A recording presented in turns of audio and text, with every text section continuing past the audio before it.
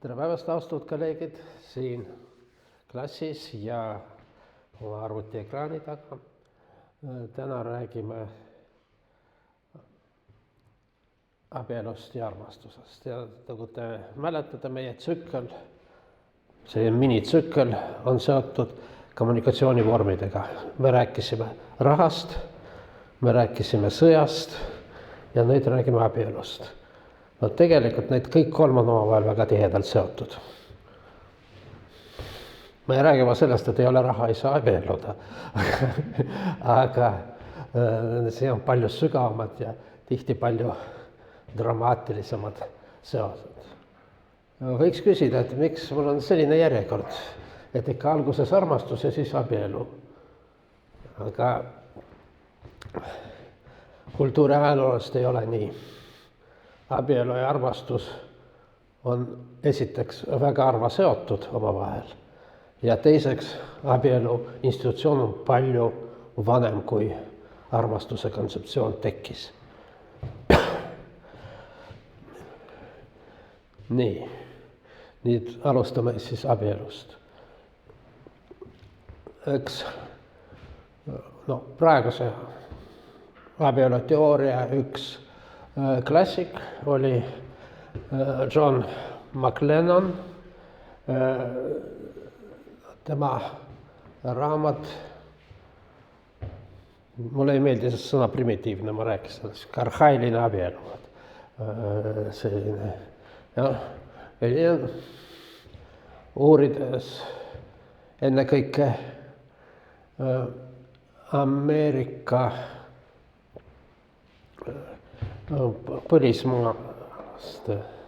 põlisrahvaste abielust ta esitas kaks tüüpi. Eksogaamia ja endogaamia.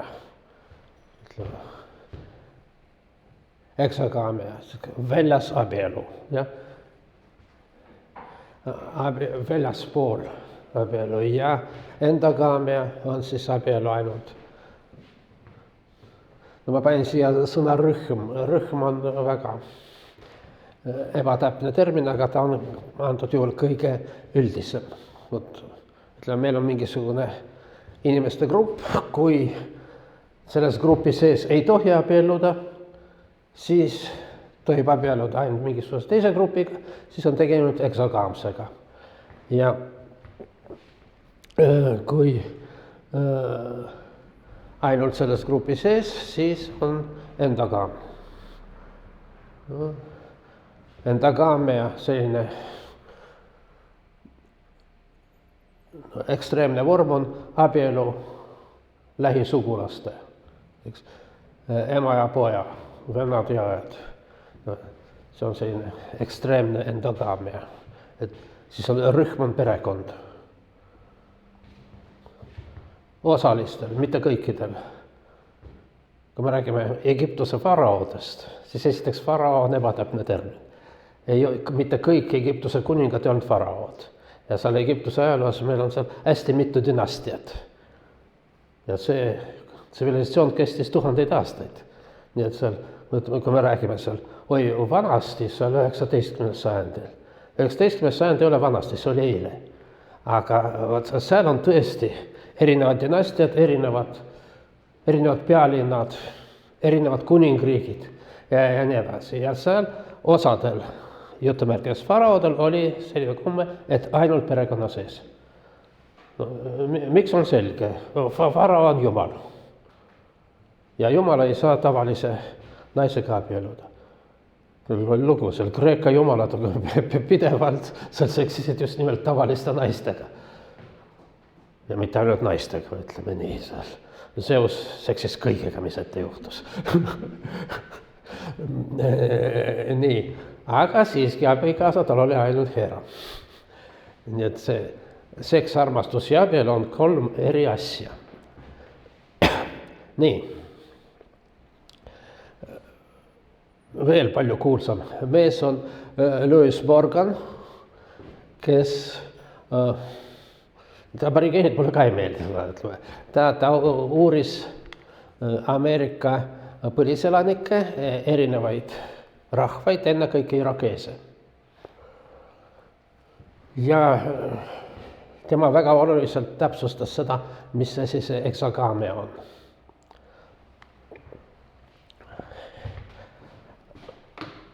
Rahvas, hõim ja nii edasi jaguneb tavaliselt mingisugustest osadeks, minimaalselt 8. See on, mõnes mõttes, kui ma vaatan neid skeeme, siis see meenutab raku poolitamine. Rakk poolitab ja siis igaüks neist poolitab samal ajal umbes. Ja nii tekivad erinevad, need on erinevad nimetused. Mõnikord nimetused klannid, mõnikord fraktriad. Fraktriad võib olla kõige parem termin, see on organi termin. Nii. Ja siis, kui nad jagunevad 4, siis ikkagi kõige tähtsam on see esimene poolitus. Aga siis võivad olla ka 8. Ütleme, 4 ja 8 on kõige levinumad, aga tihti seal mingisugune näiteks sureb välja ja siis on need paaritu arv. Piiblis Iisraeli 12 põlve, arvatakse, et alguses nüüd oli 16. Pealegi seal Piiblis on juttu, kuidas Benjamini põlve nagu hävitati, aga pärast otsustati, et ikka, kuidas ta hävitati, et ei lubatud abielluda neile mitte kellegiga. Aga neil oli eksagaamia ja nad ei saanud oma sees abielluda. Aga siis on Piiblis päris huvitav lugu, siis nagu, kui neil keelatud on abielluda, siis keelu ei saa ära võtta. Aga siis nad tegid vihje ja pigistasid silmad kinni, et Benjamini sellest põlvest mehed võiksid endale röövida naisi teistest põlvedest. Nagu ei ole lubatud, aga siiski lubatud. Nii, vot need on fratriad.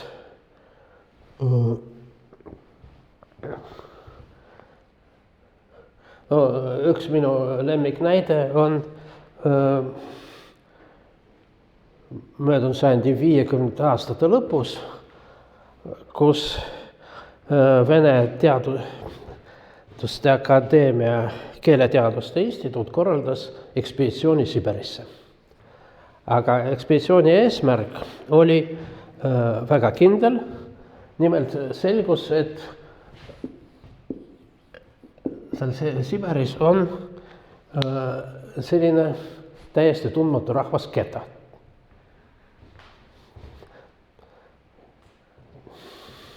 Kui me räägime tundmatu rahvas, siis tavaliselt jutt käib seal Amazonas või Papua-Uus-Gvineasse mitte kontaktsetest. Aga kedad olid kontaktsed, need ei olnud identifitseeritud.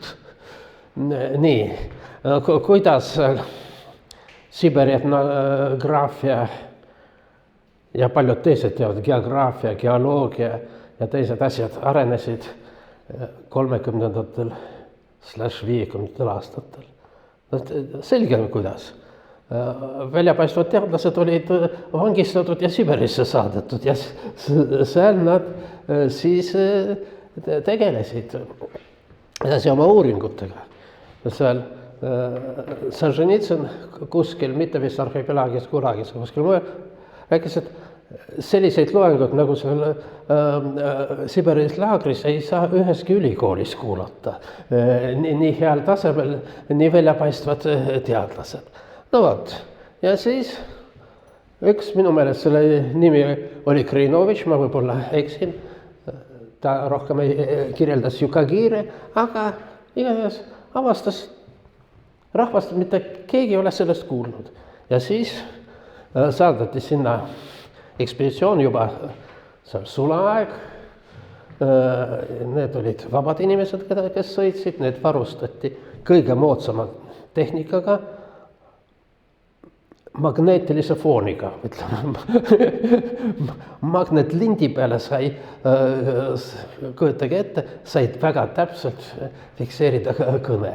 Olen näinud need magnetafonid, vot sellised kapid, Tartu Ülikoolis ka oli üks, kasutati rangelt teaduslikel eesmärkidel, nimelt me kuulasime Kudžava laule. No vot, sellised kapid pandi sinna laevale ja nad sõitsid. Sõit ise oli üsna dramaatiline, seal üks paat läis Jenisei ümber. Aga selle laeval, millega nad sõitsid üle Jenisei jõge, siis äkki tekkis selline asi. Üks keda. Mees on siin meil laeval. Siis tohutu erutus, pandi see makk kohe käima, toodi see mees. No pärast väikest pinnimist ta tunnistas üles, et ta on keda. Aga siis paluti, et ta midagi ütles. Ei, see vana inimeste mingisuguse lori jutudega tema ei taha. Muuseas selgus, et ta on kolhoosi partei esimees. No vot, tundmatu, mitte kontaktne. Nii, ja pärast pikka pinnimist ta midagi ütles. See finnistati. Ja siis küsiti, mida see tähendab? Ära kunagi võtta naist oma hõimu poolelt. See oli esimene ja kõige sügavam asi, mis on talle meelde jäänud. Ainult teisest poolest. Ma ei tea, mitu fratriat seal oli, aga eksagame. Mis oli Morgani väga oluline, no ma ei tea, kas avastus või tähelepanek, see, et eksagame ja endagame on omavahel väga tihedalt seotud. Eksagame on siis, kui ei saa abieluda oma fratriast, kuid see peab alati olema oma rahva sees. Nii et väga tihti seal,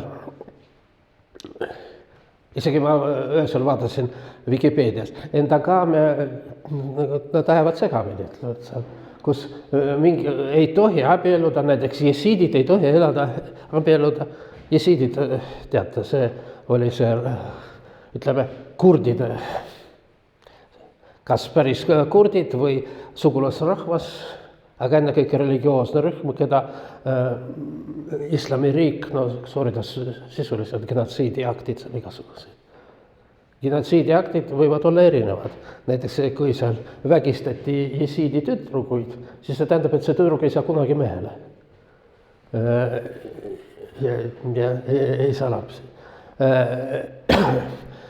Nii, aga jesiididel on endogamia.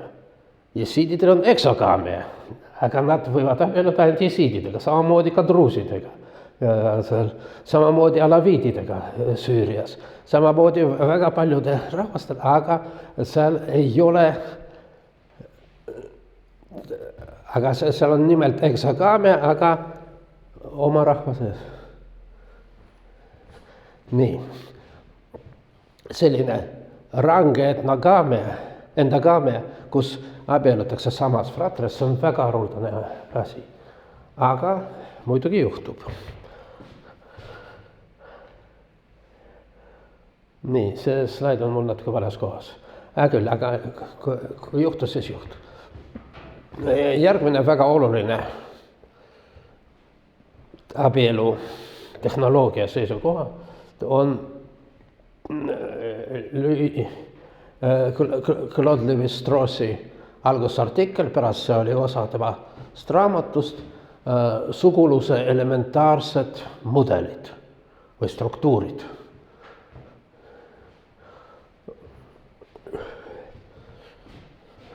See on ka eesti keelde tõlgitud valikartiklist, mida koostas Marek Tamm. See strukturaalantropoloogia ei ole see strukturaalantropoloogia, mis on siin. Sest Lévi-Strauss'il oli 2 köidet ja Marek Tamm tegi valiku mõlemast.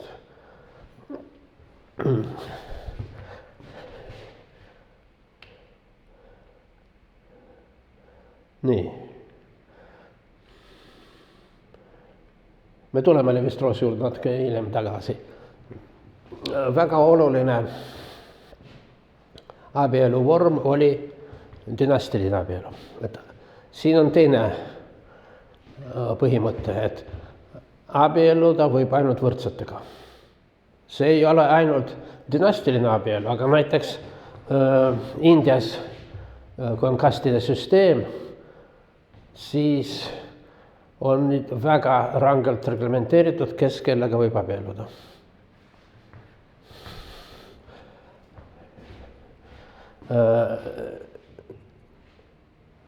Aga üldiselt kuningas või monarh ei saa abielluda endast madalamaga. Dünastilised abielud olid ka Egiptuse ajal, Kreekas, vanas Kreekas ja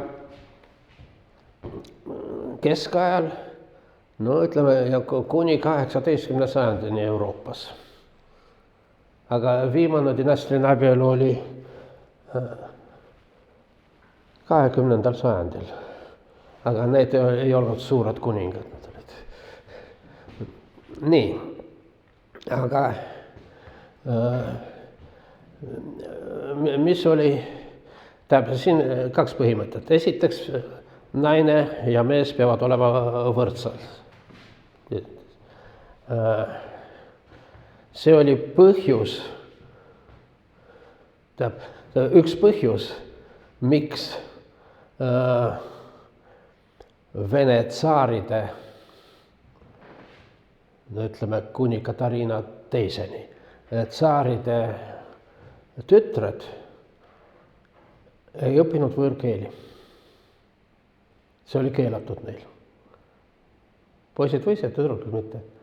Sest kui nad õpivad võõrkeeli, siis nad võivad abielluda välismaalasega. Seal kuninga. Kui nad õpivad välismaalasega, siis nad peavad usku vahetama. Nii. Ja nii need kõik vaesed printsessid, millega nad tegelesid, kudumisega ja siis kloostrisse.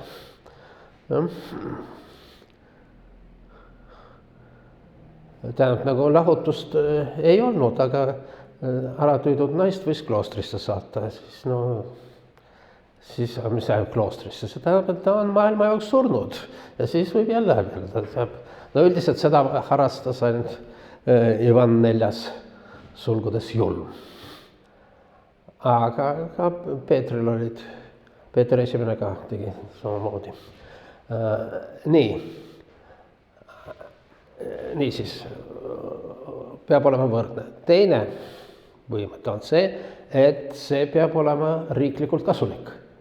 Läbi abielluvad kaks monarhi või troonipärijad, siis nende riigid, nende maad ühinevad. See on Hispaania sünd, Isabella esimene Castiliast ja Ferdinand teine Aragoniast. Abielusid sündis Hispaania. Seal veel rõhutid, need on katoliiklikud monarhid. Abielusid hakkas Reconquista. Nii siis. Mis on Reconquista, ütleme seal. Illegaalsed immigrantid välja. No, illegaalsed immigrantid olid maurid, kes olid sajandeid valitsenud. No, üldiselt see mauride kultuur oli kõrgem kui katoliiklik kultuur seal. Aga no, see on teine asi siin. Seal islami maailmas aeg-ajalt tekivad sellised nähtused nagu islamiriik. Ja see kõrge islamikultuur, mis oli seal Iberia poolsaarel, oli ennekõike hävitatud nende fundamentalistide poolt. Aga mis tulid Aafrikast, metsikud. Ja siis muidugi see halifaat seal nõrgenes ja sündis Hispaania riik ja nad vallutasid tagasi Reconquista. Tagasi vallutamine. Nii. Habsburgi dünastia ka ütleme, Austria-Ungari, tulevase Austria-Ungari kuningas Maximilian, Rooma impeeriumi kuningas ja Maria Burgundiast. Selline prantslaste ja prantslaste ja sakslased on väga halb öelda, sest nad ei olnud kumbki ei prantslased ega sakslased, aga ma räägin nendest territooriumites. Või see Plantageneti ja Navarra Prantsusmaa. Inglise ja Navarra liit, mis oli väga oluline, no ma ei tea, kas põhjus või vähemalt 100-aastase sõja üks oluline faktor. Prantsusmaa oli Inglismaa oma, vähemalt suured osad. Mitte kõik Prantsusmaa vürstid olid sellega nõus, aga sõda. Muidugi asjad olid kõik palju keerulisemad, aga ma räägin praegu nendest abieludest. Niisiis, et tekivad dünastiad, tekivad riigid ja veel üks oluline mehhanism oli sõdade lõpetamine. Sõdade lõpetamiseks meie siis lapsed abielluvad omavahel. Sisuliselt see tähendas, et laps, tavaliselt naine, on pantvang. Ta on selle rahu tagatis. Nii. Loomulikult mingisugust armastusest siin, no isegi seda sõna ei tohi siin suhu võtta. See oli väga oluline, ütleme, mitmekäiguline selline, ei saa öelda, et male, aga selline mitmekäiguline partii. Ja muuseas, abielu ongi partii.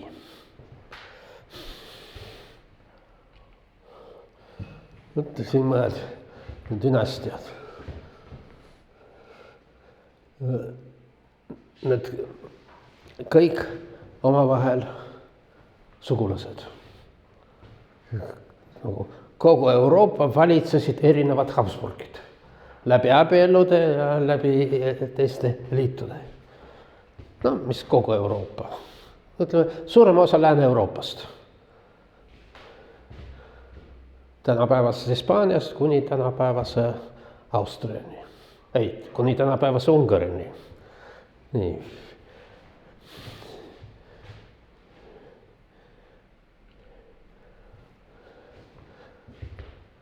Enne esimest maailmasõda praktiliselt kõik riigid olid omavahel Euroopas seotud sugulas sidemetega.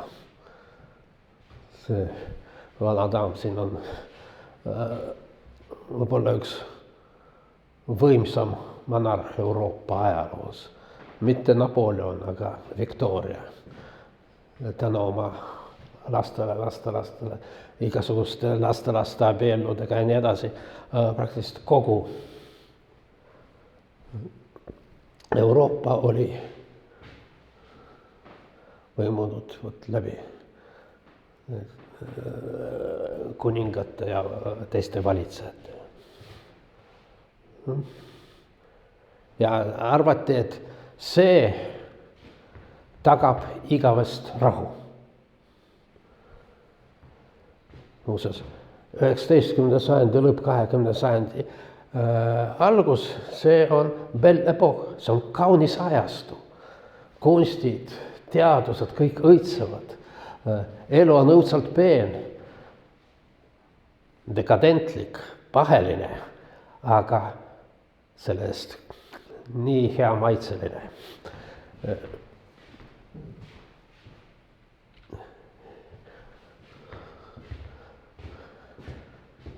Need nagu kaksikud.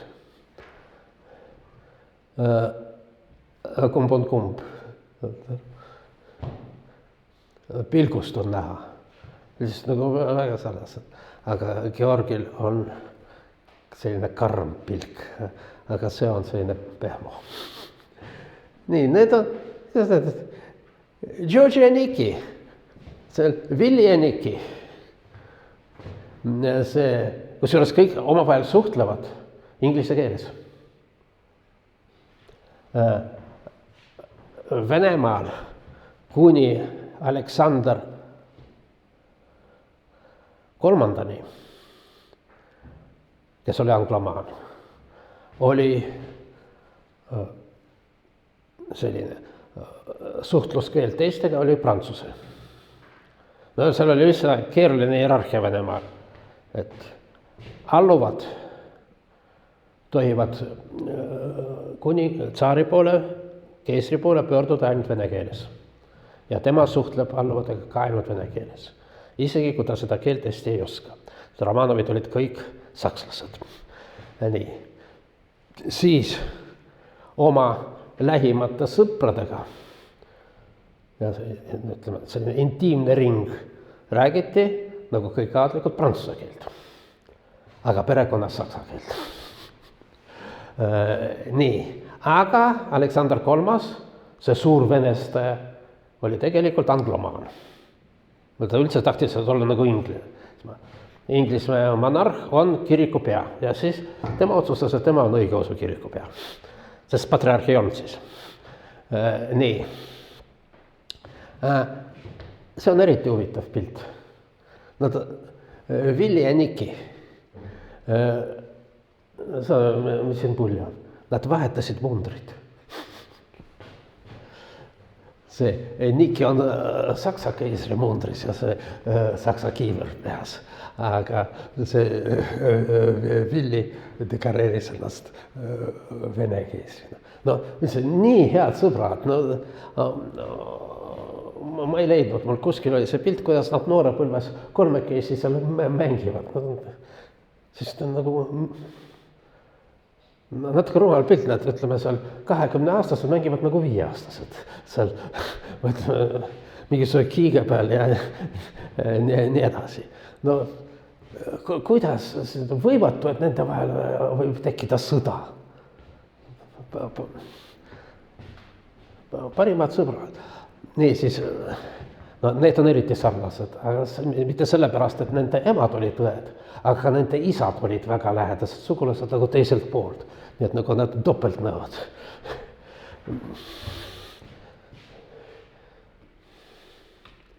Nii, nüüd tuleme Levi-Strossi juurde, aga enne vaatame seda skeemi. Üldiselt see sugulassidemed olid antropoloogias ja ka keeleteaduses selline lemmikmaterjal, sest et bioloogiliselt on kõik üks ja sama, kogu inimkonnal. Igal inimesel on isa-ema, igal inimesel võivad olla vennad-õed, emal-isal võivad olla ka vennad-õed ja nii edasi. Ja nüüd, kuidas neid nimetatakse ja kuidas nad omavahel siis suhtestuvad. Nii, kõige lihtsam on Hawaiil. See olen mina, millegipärast alati meessoost. Aga nii nad on, niisiis. Mina, mul on ema, mul on isa, emal-isal on vennad ja õed. Nii, kes nad mulle on? Isa vend on mulle isa, isa õde on mulle ema.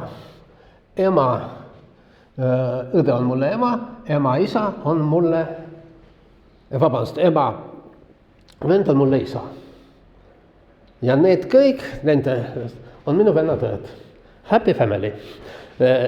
Nii, mis juhtub? No vot, läks see onkel paadiga sõitma, vaat läks ümber, hai sõited ära.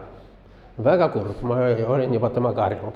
Aga mul on ikka mõned isad olemas ja nemad ja mul on nii palju vendi ja õdesid ja nad nii. Sudaani. Nii, sudaanlased ei ole need araablased, kes elavad Sudaanis, need on sudaanlased. Nii, neil on, sest araablased on teistmoodi. Niisiis, ema isa, ema õde on, kujutage ette, ema õde. Ema vend on ema vend. See on isa vend on isa vend ja isa õde on isa õde. Loogiline. Ja siin on ka täielik sümmeetria. Need on siis paralleelsed kusäänid on need, kes on, ütleme, emapoolsed paralleelsed, kes need on ema õe lapsed, aga kui ema venna lapsed on cross-kusäänid. Ja siin ka vastupidi.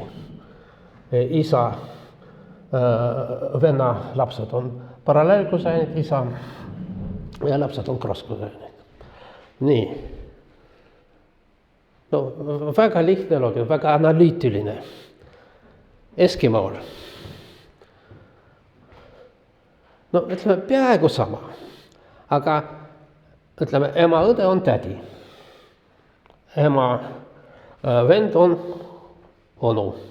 Isa vend on onu, isa õde on tädi. Loogiline. Nii. Need on siis kusäänid. Või no. Okei. Ka. Nagu lihtne loogiline. Nüüd läheme Ameerika põlisrahvaste juurde. Irakeesid. Ema õde on minu ema. Aga ema vend on minu onu. Isa vend on minu isa. Isa õde on minu tädi. Siis ema venna lapsed on minu kusäänid. No. Aga kuna see ema õde on minu ema, siis tema lapsed on minu venna tööd. Siin samamoodi. Kuna see on minu isa, siis tema lapsed on minu vennad ja need. Aga need on kusäänid. Nii. Irakeesid. Crow ka Põhja-Ameerika võrra. Ema õde on, nagu siin, ema õde on ema, see on isa, siin noh, see on nagu siin. Isa vend on isa ja tädi. Nii, ja siin on, see pool on siin nagu irakeesidel. Aga siin on hoopis huvitavam. Tädi, tütar on minu tädi. Ja tädi poeg on minu isa.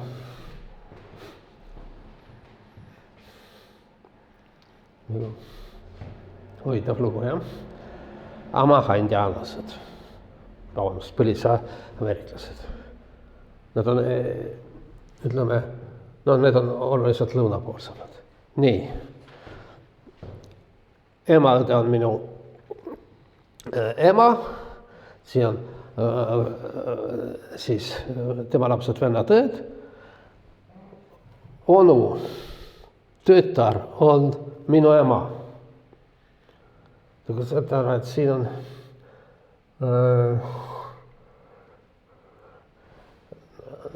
nagu peegelpilt sellest. No, ülejäänud on nagu, ütleme selge. Nii. Selline, ütleme, virvarr. Väga erinevad mudelid ja nii edasi.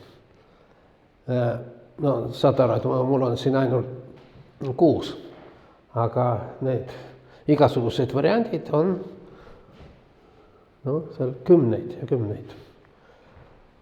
Väga huvitav selline materjal võrdlevale keeleteadusele. Nii, aga nüüd Levi-Strauss.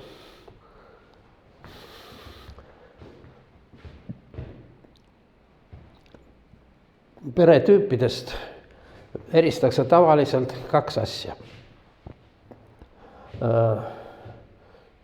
Ja abielust. Kas ta on, kuhu läheb elama noor paar? Kas peigmehe või selle mehe või naise juurde. Vastavalt sellele on siis patrilokaalne ja matrilokaalne perekond. No valdav enamus on patrilokaalsed. Näiteks Eesti abielu on selgelt patrilokaalne, sest mehele minnakse, naist võetakse. Jah. No ma räägin muidugi traditsioonilisest abielust, mitte. Nii. Ja teine on, kas ta on patrilineaarne või matrilineaarne. Kas, ütleme, lapsed saavad isa või ema nime, perekonna nime. Või seal kui abielutakse. No, valdav enamus abielusid on patrilineaarsed ja patrilokaalsed. Aga on ka erandeid. Üsna haruldased on need, mis on korraga nii matrilineaarsed kui matrilokaalsed. Feministlik antropoloogia väidab, et see on matriarhaat. Üldiselt matriarhaat puhtal kujul on väga haruldane nähtus. Võib-olla irakeesidel oli, aga ei ole ka kindel. Ja muide, siin see natuke läheb feministliku ideoloogiaga vastuollu, et need ühiskonnad on eriti sõjakad.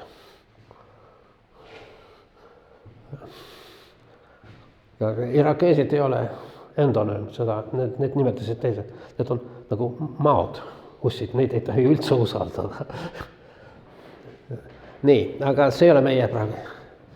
Nii, siin on siis meil matrilineaarsed ja matrilokaalsed.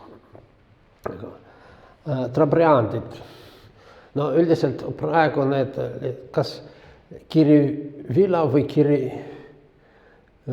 Kilivila saared.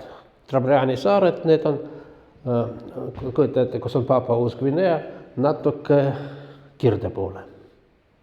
No üldiselt väga sarnane rahvusrühm selle elab. Nii. Ja vot see on näide, nad on matrilineaarsed, aga patrilokaalsed. Aga üldse seal abielu on üsna tinglik, nagu sellist nagu tseremooniat või juriidilist vormistust ei ole. Nii, neid kirjeldas väljapaistev Poola-Ameerika antropoloog Branislav Malinovski. Ta elas erinevate Papua rahvastega ja kui ta sattus Trabriani saartele, siis ta arvas, et sattus paradiisi.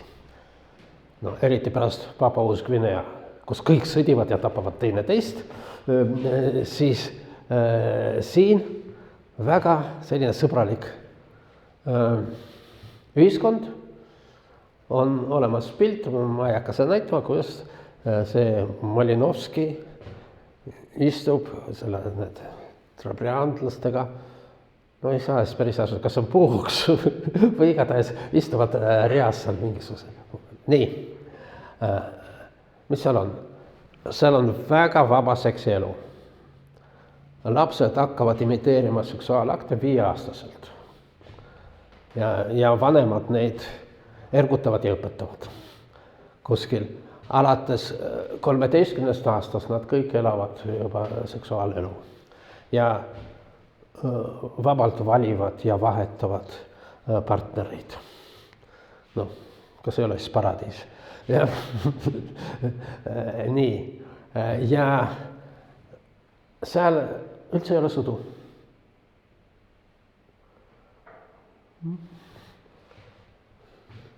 Vot, me rääkisime möödunud kord maooridest ja mariooridest. Siin mingisugune nagu sarnasus on nagu seal, ütleme, Papua Uus-Gvinea rahvad on nüüd mitte vähem sõjakad kui maoorid, aga need trabriandid olid nagu marioorid praktiliselt. Jah, nii. Mis seal veel oli väga hea? Et isad ja lapsed, nende vahel olid väga head suhted. No kujutage ette sellist anomaaliat, väga head suhted. Isad mängivad lastega, on nagu praktiliselt sama lapsikud. Ja see peremudel. See olen mina, see on mu isa, see on mu ema ja see on siin ema vend. Mida tegi Levi-Strauss? Ta kõigest sellest sugulaste puust valis 3 komponenti. No minu puhul, jah. Mul on isa, ema ja ema vend. Nii, ja siin selgus, et fantastiline. Isa ja ema elavad rõõmus ja armastuses. No, täiesti anomaalne asi. Ja mul on isaga fantastilised head suhted. Aga mida Malinovski ei pannud tähele, et selles perekonnas on üks kuri inimene. See on ema vend. Tal on väga halvad suhted oma õega ja ta terroriseerib mind. Milles see terror seisneb, et muuseas ta õpetab mind. Isa mängib minuga, aga see tüüp mind õpetab. Ja see mulle üldse ei meeldi. Ta on karm ja terroriseerib ema. Nii. Okei. Siis Suai. Need on ka Vaiksel ookeanil Bougainville'i saarel elavad. Neil on teistmoodi. No ütleme teistmoodi. Mul isaga on endiselt head suhted. Jah? Aga emal ja isal on väga halvad suhted. Selle juures isa terroriseerib ema, aga ema vend teda kaitseb. See samune ema vend, ta on jälle minuga väga halb. Ja ka õpetab ja kiusab. No isaga head suhted. Nii, need on matrilineaalsed. Tšerkessid. No, umbes samasugune mudel on ka tšetšeenidel. Nii, isal ja emal on väga halvad suhted. Isa häbeneb seda. Tänaval ei tunne ära. Ei ela koos. Isa salaja öösel redelist ronib ema juurde, seal nad midagi teevad ja siis ta samamoodi salaja. Aga emal on väga hea kaitsja ja sõber, see on tema vend. Ja tihti nad isegi magavad samas voodis, kui tuleb isa, siis see vend kuskile kaob. Nad magavad samas voodis, siin muidugi ei saa mingit seksuaalsust isegi mõelda selle peale, siis oleks mõlemad ära tapetud. Ja, aga no see on teine asi praegu. Ja? Aga vot õudsad ja isa, kes ei salli mu ema, ta ei salli ka mind. Kiusab ja igati ahistab. Aga ema vend, vot see on nii, et tegelikult ema vend ka õpetab. Mitte ainult mängib, aga ka õpetab. Ja ta hoolitseb minu eest. Ja kui ma saan, läbin selle meheks saamise rituaali, ta kingib mulle ratsu. Muuseas, sama komme oli roomlastel.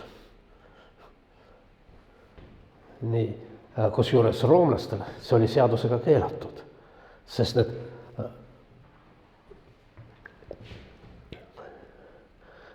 nepotism, onupoja poliitika tuli Roomast. Miks see oli keelatud? Esiteks, see tüüp ei hoolitse oma laste eest, ta hoolitseb oma õelaste eest, poegade eest, jah. Laseb oma lapsed hooletus. Õnneks nendel lastel on oma onu. Ja teiseks, see on tohutu korruptsiooni allikas. Mitte tšetšeenidest, mitte tšerkessidel, aga Roomas. Ja see nepotism, see termin laienes, ükskõik missuguseid sugulasi edutas. Nii. No, siis Tonga. Tonga kuningriik on Vaikses ookeanis väike patrilineaarsed. isal ja emal on väga head suhted, aga kahjuks isaga mul on väga halvad. Aga mul on onu, kellega mul on väga head suhted, aga kahjuks sellel onul on emaga halvad suhted. Nii, ja siis see Levi-Strauss nimetab leikõbutus. See on väga väike rõpetus, aga neil on selline päris huvitav kombinatsioon umbes nagu sellel Suail matrilineaarselt. Nii, milles siin asi on? No esiteks me paneme tähele sellistes. Kui emal ja isal on omavahel head suhted, siis emal ja vennal on halvad suhted. Kui emal ja isal on head suhted, siis emal ja vennal on halvad suhted. Kui mul on head suhted isaga, mul on halvad suhted onuga. Kui mul on head suhted nii, ja vastupidi, jah. See on selline meede. Millegi pärast ei saa olla sellist perekonda, kus kõigil on head suhted. Ja, või kõigil halvad. Ma arvan, et see on pigem reaalsem mudel. Aga nii, võt, mille siin asi on? Ja asi ei ole suugi romantiline. Asi on selles, mis asi on see traditsiooniline abielu. Sisuliselt see on naise müük. Mis läheb naise müük? See on esiteks, see on seos mitte kahe inimese vahel, aga kahe perekonna või klanni vahel või fratria vahel. Ükskord veel Semiotises ühes rahvusvahelises seminaril millegi pärast tuli jutuks traditsiooniline abielu ja siis üks Taani semiotik ütles, et traditsiooniline abielu ei ole mehe ja naise vahel leping. Ja, traditsiooniline abielu on kahe mehe vaheline leping. Noormees tuleb naise isa juurde ja palub tema tütre kätt. Ja siis isa küsib, sina tõsine mees, mis on sinu sissetulekud, jah? Ja, siis see ütleb. See oli 20. sajandil, kui loete Evelyn Waugh romaane, seal tavaline situatsioon, et ei saa abielluda sellepärast, et ei ole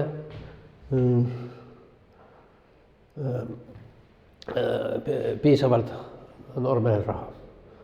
Nii, okei, siis selgub, et noormees on tõsine mees, tal on sellist sissetulekut, tal on sellist maad, nii edasi, soliidne inimene. Ja väga hea. Aga nüüd küsib noormees, mul on ka üks küsimus, milline on kaasavara? Ja see on, näiteks Puškin, kui ta küsis oma tulevase naise Natalja Gontšarova kätt tema isalt, siis esiteks Puškin ei ole soliidne inimene, aga ikkagi tal on sissetulek, tal on maid ja nii edasi. Aga selgus, et Gontšarovil ei ole. Aga Puškin ütles, küll, aga ma ikka abielun, sest sellist häbi ma oma tütrele küll ei luba.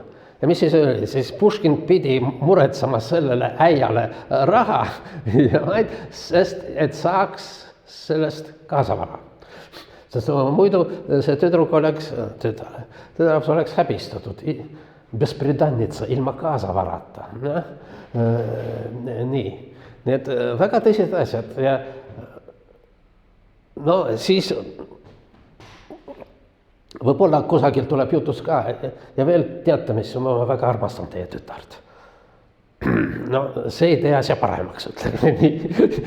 See ei tee asja paremaks. Oli selline vene reaktsiooniline kirjanik Pameoski, kes 19. sajandi lõpus kirjutas sellise satüürilise pika jutu või lühikese romaani. Abielu kire, brak po strasti. Abielu kire järgi. siis noored, progressiivsed noored otsustavad, et nad ei abiellu mingisuguse kalkulatsiooni järgi, sellepärast nende vahel on nii tugev armastus, nad abielluvad. Sellepärast, et siis, kui abiellutakse mingisuguse kokkuleppe järgi, siis on abielu rikkumised pidevalt. Ja kui abiellutakse mitte armastuse järgi, siis inimesed ikka armuvad. Ja ütleme, et siin on väga oluline vahe. Ütleme, kui ma räägin Vene ühiskonnas. Ütleme, traditsioonilisel rahval, kes olid talupojad, ehkki see pärisorjus väga oluliselt lõhkus selle traditsioonilise ühiskonna, aga kõige paremini see säilis kaupmeestel. See oli väga konservatiivne keskkond. Tihti väga rikas. Ja eriti need vanausklikud, esimesed miljonärid olid vanausklikud. Ja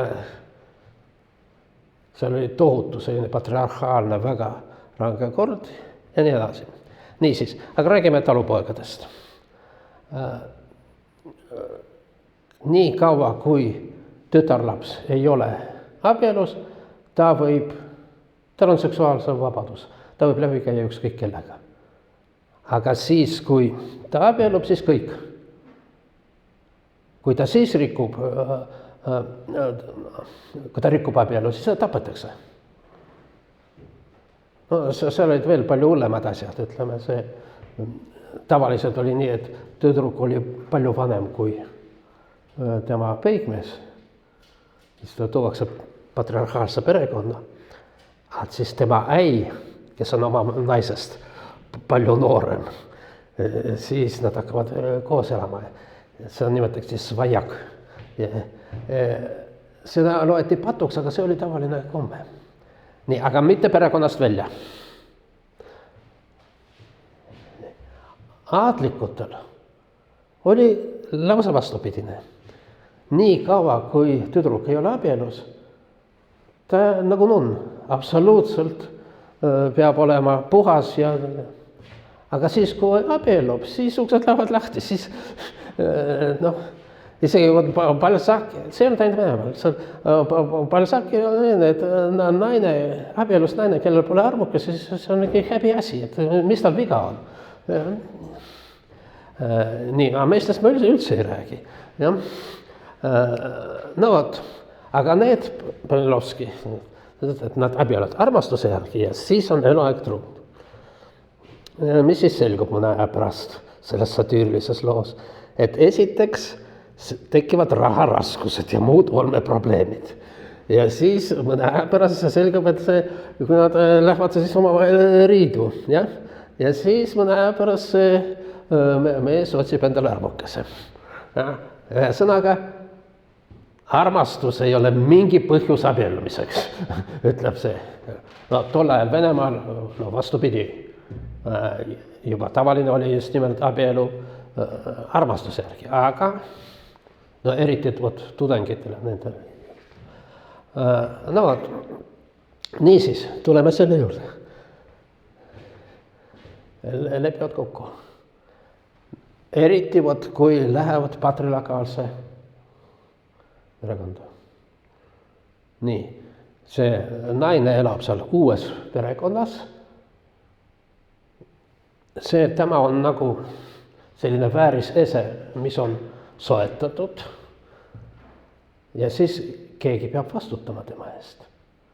Kui naine on müüdud, siis tal peab olema mingi garantii, mis see firma, mis müüb, vastutab tema eest. Ja see on tema meessoost sugulased. Enamasti parim variant on tema vend. Optimaalne variant vanem vend. Ja tema vastutab õe käitumise eest. Ja üldse vaatab, et seal peres oleks kõik hästi.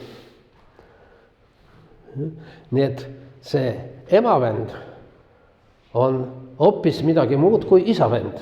Ehkki selles eelmises skeemis võiks arvata, et sümmeetriline ei ole. Mitte kunagi ei ole sümmeetriline. ja ka Eestis ei olnud see sümmeetriline. See on terminoloogias. Kes on ema vend? Mulle. No ma loodan, et keegi ütleb onu. Ema vend, mulle onu. Aga kes on mulle isa vend? Mitte keegi, ta on lell. Lehma onupoja poliitika versus lehma lelle keegi bla bla bla. Täiesti tähtsusatu kuju. See pool siin. Nii. Nagu näete, ka siin mingisugust romantikat ei ole.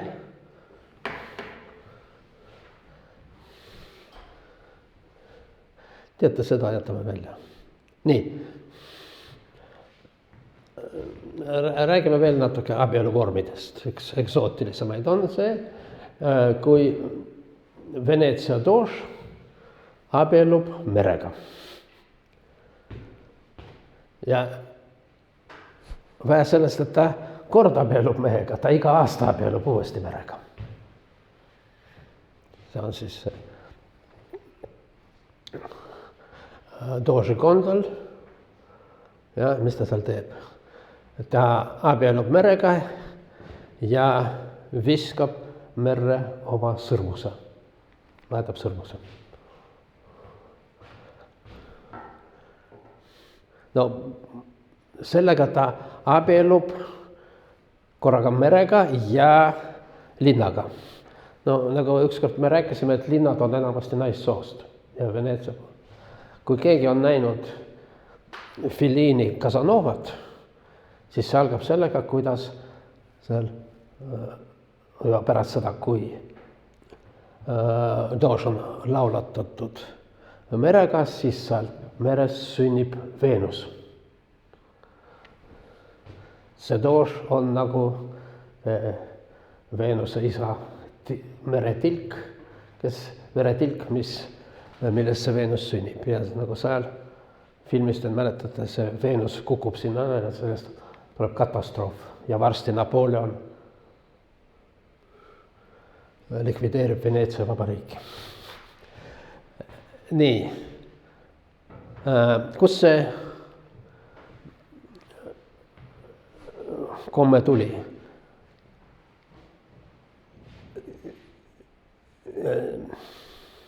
See oli keskaegne legend. Aga mis ulatub tagasi evangeelsetele aegadele. Nagu te teate, Veneetsia on Püha Markuse linn. Kui lähete Veneetsiasse, seal näete igal pool sellist tiivadega lõvisid. Tiivadega lõvi on evangelist Markus. Ja põhiline katedraal on Püha Markuse katedraal. Nii. No vot, miks see Püha Markuse on, sest tema kiriku pärimuse juurde järgi, isegi mitte kiriku, aga ütleme Veneetsia kohaliku legendi järgi, oli see, kes tõi kristlust Veneetsiasse.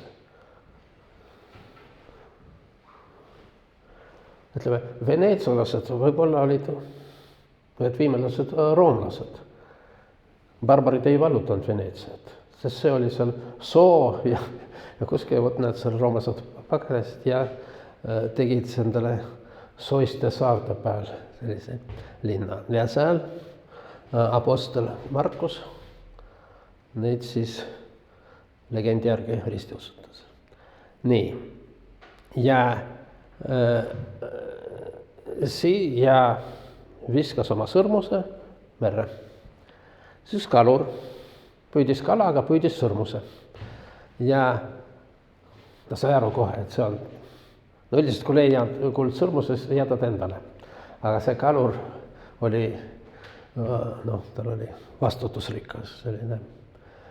Ta tõi seda sõrmust doožile. Nii et see on Püha Markuse sõrmus, mida doož viskab merre ja ta on abielus merega.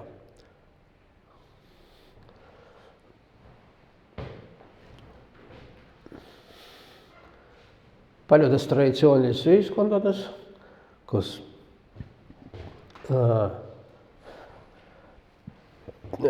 noor tüdruk on väga suur varandus, siis on väga prestiižne, et see varandus kuuluks mulle. Selle perekond müüs sellele onule oma tütre. No, see oli ainult 55 aastane, see on 13. Näeb vanem välja, aga seal lõunamaad. Nii.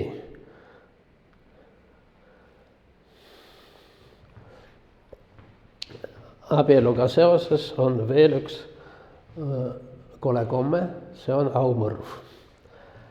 Selle kuni viimase ajani Euroopas ja Põhja-Ameerikas ei olnud arusaamist selle.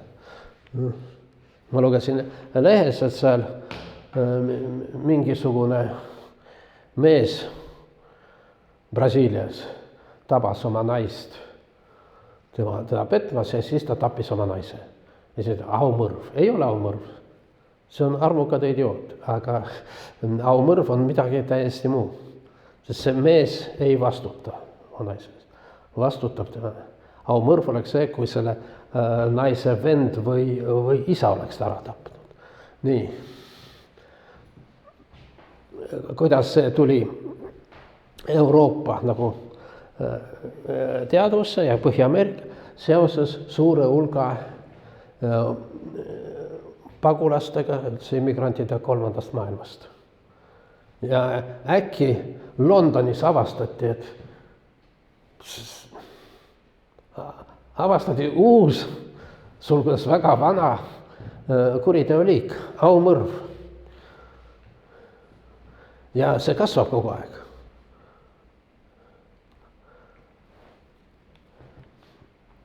Niisiis, see iraaklane, ta on kurd.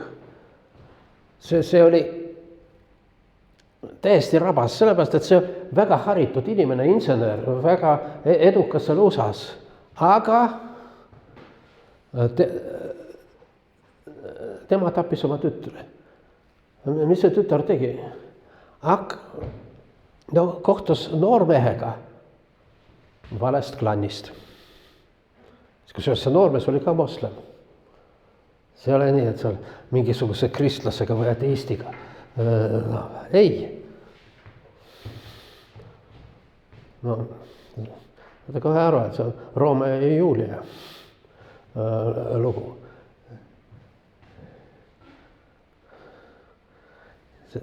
Ta ei saanud teda mitte tappas, sest et muidu terve perekond on häbis.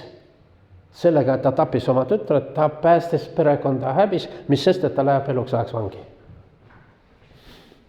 Au on tähtsam kui vabadus. See oli hästi kuulus lugu, sest see on filmitäht, kus ta mängis selles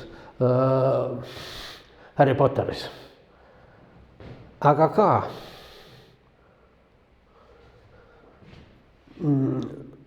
kohtus jällegi, tema poiss, kellega ta kohtus, oli moslem, aga ei olnud sobiv. Sellest isa arreteeriti, aga siis nagu otsus, perekonna otsus teda tappa oli jõus ja sellepärast teda tükk aega varjati sugulaste eest.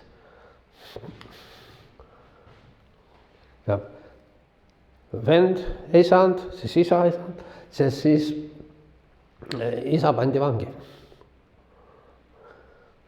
Nii. See on, ütleme, Euroopas, Ameerikas selline uus asi, aga paljudes riikides see on selline levinud komme.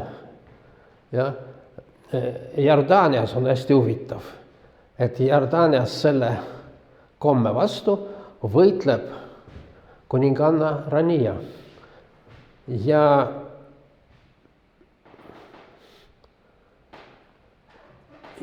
nii siis kaunis kuninganna Rania ja mitte eriti kaunis printsess Basma bint Talal. Printsess on kuninga õde, see on kuninga naine. Printsess on Hašemidide dynastiast, aga see on palestiinlanne. Ja sellepärast on selline progressiivsem, aga õde ka. Nad võitlevad selle, millest võitlus teeb, et aumõrv on mõrv. Ja midagi auga ei ole pistmist. Et need, kes tapavad, peavad vastutama mõrva eest. Siiamaani seda ei ole, kusjuures islami üks kõrge mulla vaidleb selle vastu. Et see esiteks probleem on üle paisutatud. Tapavad paar tšiki ära, mis sellest, jah. See on üle paisutatud, see probleem on üle paisutatud ja samas üle paisutatud, aga see on meie maa eripära. Ühelt poolt seda nagu ei ole tähtis, aga teiselt poolt see on väga tähtis, see on see eripära. Nii. Ja siin on selline nagu dilemma. Esiteks, vajame tähele, et ehkki see aumõrv on väga seotud islami maadega, sest Koraanis ei ole midagi selle kohta. Ja üldiselt mina arvan, et see ei ole islami traditsioon, see on eelislami traditsioon nendel rahvastel, kes võtsid hiljem islami usku vastu. Nii. No vot.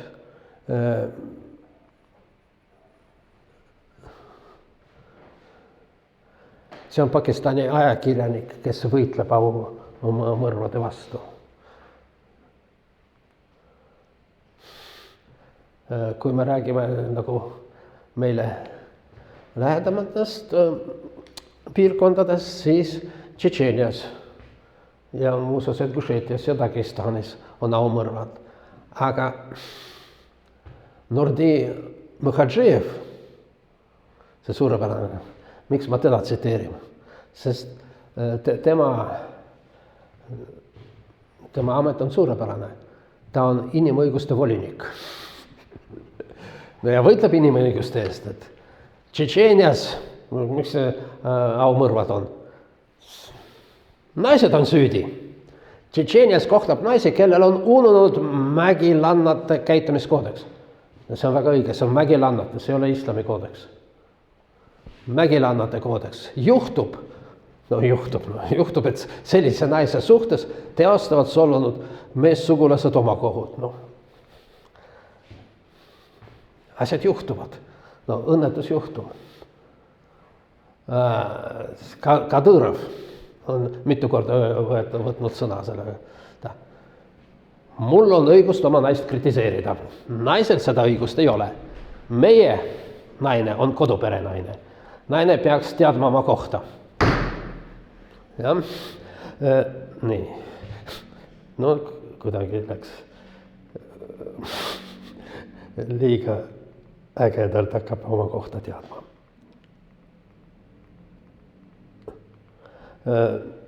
Teadma oma kohta.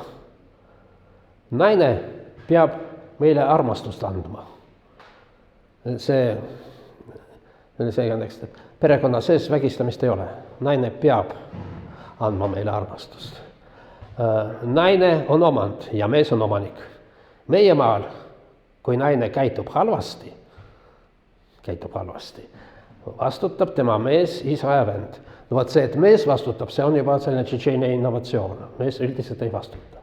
Meie komme kohaselt, kui naine ajab ringi, tapavad tema sugulased ta. Juhtub. Vend tapab õde, mees tapab oma naise. Mees tapab oma naise, see on jällegi Atello, aga mitte. Mees tapab oma naise ja kujutage ette, nii jubedad asjad ja sellepärast meie poisid peavad vangis istuma. Need on kõlvatud naised. Ja meie rahval on väga karmid kombed. Parem saada kolmandaks naiseks, kui olla tapetud. Loogiline. Nii et tahan spetsiaalselt näidata, et tegemist ei ole ainult islamiga. Hindudel on ka sama probleem, ehkki võib-olla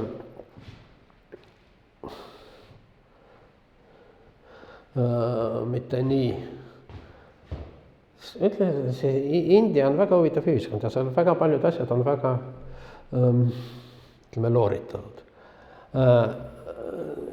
Siin sellest sai kuulus lugu, sellepärast et tuntud ajakirjanik oli tapetud.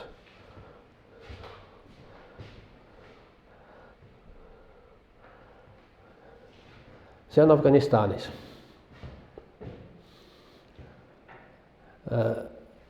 Bibi Aisha, kes oli tüdruk naine, teda müüdi vanemale mehele ja siis ta armus ja siis ta perekond lõikas tal kõrvad ja nina ära. Aga kui nina ära lõigata, tekib suur verejooks ja viskasid kõrbasse surema. See õnneks oli sellel õnnetul ajal, kui Afganistan oli ameeriklaste poolt okupeeritud. Ameerika sõdurid korjasid ta seal kõrbest üles ja siis viidi teda ravile, siin ta näitab, et tal on kõrv ja nina eemaldatud, et see on selline kommepaad.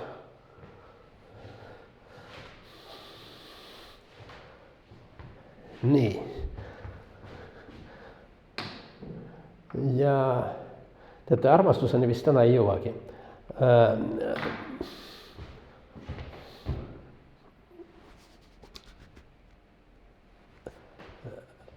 Need on Hatfieldid. 2 aastat tagasi tuli kuulus film nendest. See oli Hatfieldi ja McCoy vaheline sõda 19. sajandi lõpus. Nii. Metsik lääs, pärast Ameerika kodusõda igal pool on relvi. Kõik on relvastatud.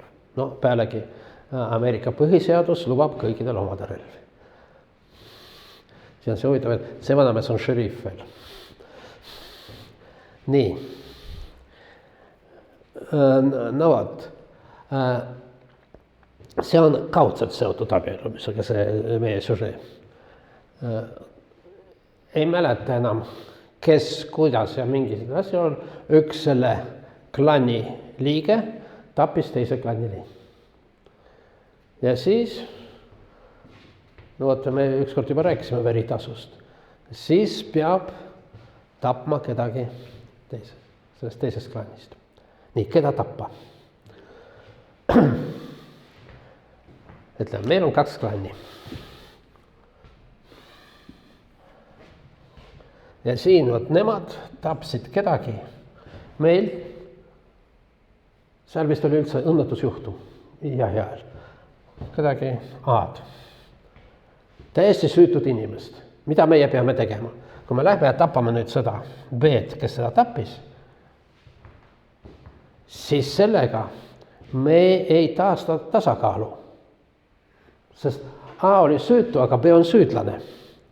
Sellepärast me tapame kedagi süütud siin. Aga kui meil tapeti siin süütud seda, siis me selle tapame kedagi seal. Ja varsti peaks eesti keeles ilmuma René Girardi raamat Vägivald ja püha. Seal see kättemaks on lõpmatu ahel põhimõtteliselt. Kui olete lugenud Mart Väini Huckleberry Finni seiklused, siis seal on kirjeldatud, kuidas üks perekond täiesti oli tapetud. Vot siin kuni viimaseni selle, vot siin nagu piiri ei saa tõmmata. Niisiis, vot need Hatfieldid ja McCoyd, siis nende vahel oli veritasu. Aga kedagi muud selles kandis ei olnud. Kasvavad noored, kellega nad abielluvad, kellest nad armuvad ja loomulikult selle vaenutseva klanni. Nii, ja seal on mitu dramaatilist juhtumit. No ütleme, keskaegne Euroopa, siin abielu vaenutsevate riikide puhul, see tähendab, sõlmime rahu. Aga siin seda ei olnud.